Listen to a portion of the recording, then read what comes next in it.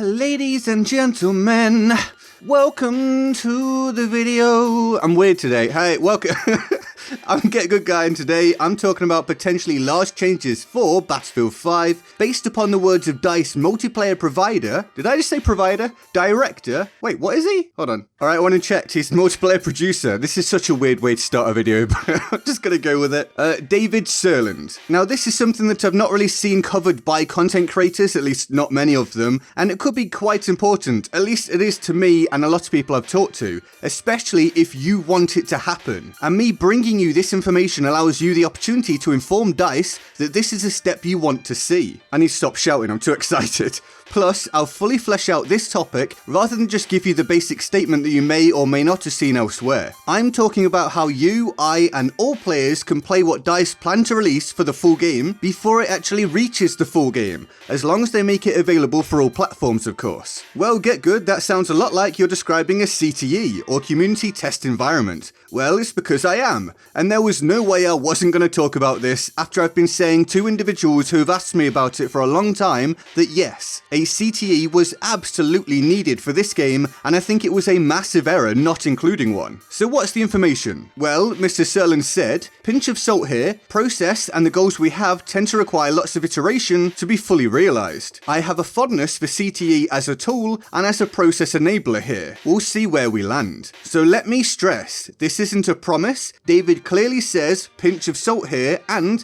we'll see where we land. But this is a super relevant statement for essentially any existing Battlefield player or fan, regardless of the outcome, for a multitude of reasons, and I'll touch upon them all today. Now, the title of this video contains the words biggest problem. You could claim it's hacking or art direction or historical accuracy and whatever else, and those are perfectly reasonable things to say. If that's the main issue for you, then nobody can tell you you're wrong. But from my perspective, and with years of observing what makes the majority of a player base tick and what turns them off en masse, it comes down to game performance, the amount of time content is enjoyable for, and promises being kept. All aspects that I feel Battlefield 5 has entirely failed on. That is Battlefield 5's biggest problem at this stage. Perhaps not for you as an individual, but for the many players that have already left the game or are thinking about leaving. Endless bugs, cancelled editions, delayed content, etc. Battlefield 1 was the iteration right before this one, believe it or not. I don't know about you, but that actually feels kind of strange now, going from that experience to this one, but BF1 didn't have anywhere near these issues. In fact, BF1 is generally seen as a roaring success, not just from a Battlefield perspective, but from a wider gaming community perspective. It sold well, it had massive hype, and it tended to deliver what it promised. A large part of this was due to how content was delivered, of course. The Season Pass was much maligned, but it did keep DICE honest when it came to adding fresh content. I personally didn't like the Season Pass, but I could never have foreseen the problems we'd have with DICE using a live service. And so what I've just said about the Season Pass bringing, the live service of Battlefield 5 does not. Which, by the way, is a real shame, as I and many others were really excited about it. In the eyes of most though, the Tides of War model is a flop.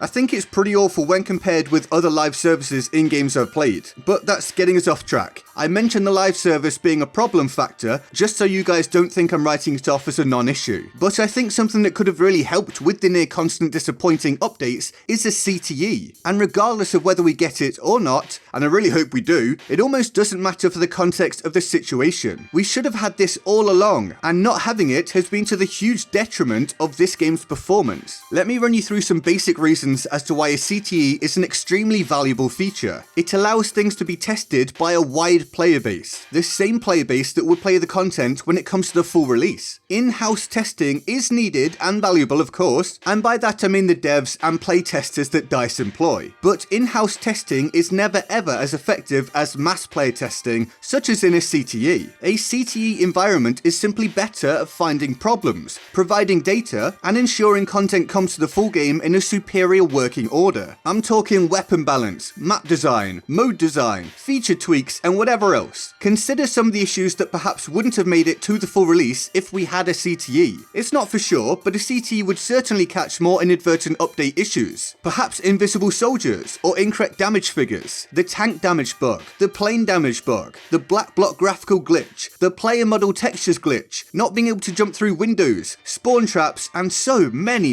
more. If some of those are knock-on effects of other changes or additions, a CTE might have made them apparent before they were embarrassingly willingly added to the list of other bugs that are still trying to be eradicated from the game. And the CTE allows DICE to not just listen to player feedback. In fact, I doubt that's even the main takeaway from a CTE. No, it allows them to look at their stat tracking figures from a mass amount of players. This is how a lot of decisions get made, and having that, rather than a much smaller set of data from in-house testing, or working with data you get after having placed the update into the full release, well, it's just undeniably better. There's no two ways about it. Or what about the much larger scale things that could have been different with a CTE? Because not having one limits the changes DICE are willing to make, because all they have is the full game. They either put something in or they don't, and making a change risks upsetting the player base more if it isn't a good one. A CTE negates this, as it's exactly that, a test environment. I'll use the whole TTK or time to kill debacle from near the start of the game's release as an example. Some players felt they were dying too quickly, but this could also have been caused by super bullets or poor network performance. Or perhaps some players not liking something doesn't mean it needs to be changed. Or perhaps of course it does, but DICE also perhaps saw that new players weren't sticking around for long if they died a lot. But there were many other issues with the game that could be causing this. That's not a good position to be in. Feeling like they might need to change something, but having no way to be sure of it, no way to properly test it, and risking upsetting the majority who are still playing the game and who tend to like the TTK overall. The result was announcing that they'd be rolling out TTK changes to the full release, aside from one classic style playlist. This, honestly predictably, upset many. I could have told them that would be the outcome. It was really painfully obvious. And what ended up happening in the end? Things went back to where they were before, and the TTK changes were essentially a failed experiment that simply annoyed current players, whilst at the same time allowing a smaller amount of players to see what it would be like with that TTK, and then being disappointed when it changed. A CTE, however, would totally circumvent that issue. You test the TTK changes in the CTE, see if it works, and roll it out if it does. If it doesn't, then you can further tweak and test it, or scrap it entirely. No harm done at all. At this point, by the way, I'm switching to CTE footage from Battlefield 1, so you can actually see what I'm talking about. The weapons weren't always balanced right, the modes were sometimes weird, the maps didn't always have textures, but nobody cared because they knew it was a test and they were hyped to try new things. Anyway, back to the point at hand. It's not just the TTK. Being able to test things could alter the entire experience of the game. We could have been playing something very different by this point. Like, if you don't like attrition, maybe it would have been different. Don't like some map changes for certain modes, maybe it would have been different. Don't like that they remove modes rather than trying to fix them up, maybe it would have been different. And there are many other examples. But I've gone really in depth with that one. Let's hit some other reasons why CTE is a massive asset.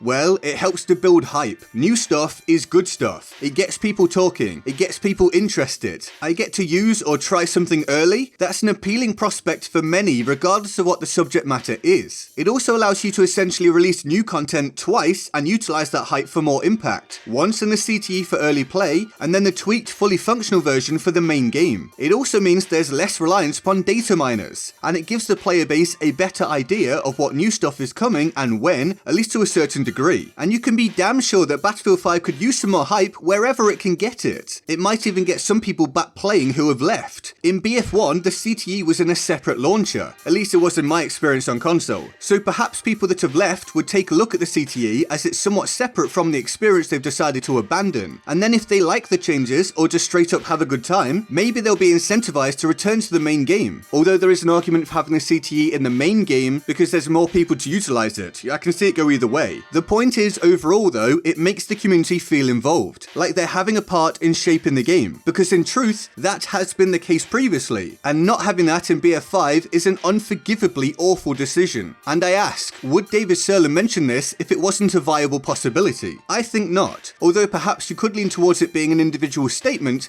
and therefore not officially linked to DICE as a company. I'm not sure. I can definitely see some flaws in that though. What I can say either way is that mentioning this and then not being able to bring it would be another terrible misstep in the life of Battlefield 5. It's just not what's needed. And with all the positives I've mentioned about a CTE, it's only responsible to mention the potential negatives as well. Like, are there enough players on BF5 to be able to risk having a CTE as well? We've seen modes get removed. We've seen competitive get cancelled. We've seen UK servers get removed and whatever else. The signs are there that they don't want to split the playbase any further. So perhaps not. Perhaps this all comes too late, which is actually my other large drawback to cover. We're like 10 or 11 months or something deep into this game. A CTE now, or much further down the line, may just be an unnecessary addition. However, I think having a CTE, whether it be at launch, now or later, is is a positive thing, at least on the face of it. This game should have had one all along, and the next Battlefield absolutely must have one. That's the major point I want to make today. Battlefield needs a test environment. BF5 has proven this without a shred of doubt. I urge DICE not to make this mistake again. I must also add that I do have an issue with, or at least some confusion about, DICE previously saying something like they couldn't support a CTE with a live service. So what's changed? Or has nothing changed, and this in fact won't happen? Have DICE been dishonest again previously and brushed us off about something with lies? It's all just mixed messages again, and basically what we've become used to from DICE when it comes to Battlefield 5. And so that's what I have to say today. So what do you think about a CTE, and have you used one before? Let me know. I hope you enjoyed the video. If you did, the like button welcomes your clicks, as do I, as it really does help me out, along with subscribing and turning on notifications so you never miss a video from me. Plus, feel free to follow my stream and join my Discord server in the description below and my pinned comment. Here's the Board of Awesome for the epic people who support the channel on Patreon. They're all absolute heroes, and I love them all deeply and, of course, often. If you want to join them on the Board of Awesome, the link to the Patreon page is in the description and my pinned comment. And with all that said, I'm GetGoodGuy, and I'll see you next time. Laters. Rock you like a hurricane. We're on a bit of a roll here. I'm kind of just running around killing everything at will. And then I died. Thanks for ending my 12 kill streak. That was fabulous. I'm really happy about that. Yeah, So I don't doubt it. Oh! Oh no. Oh, Battlefield, why? Oh, God.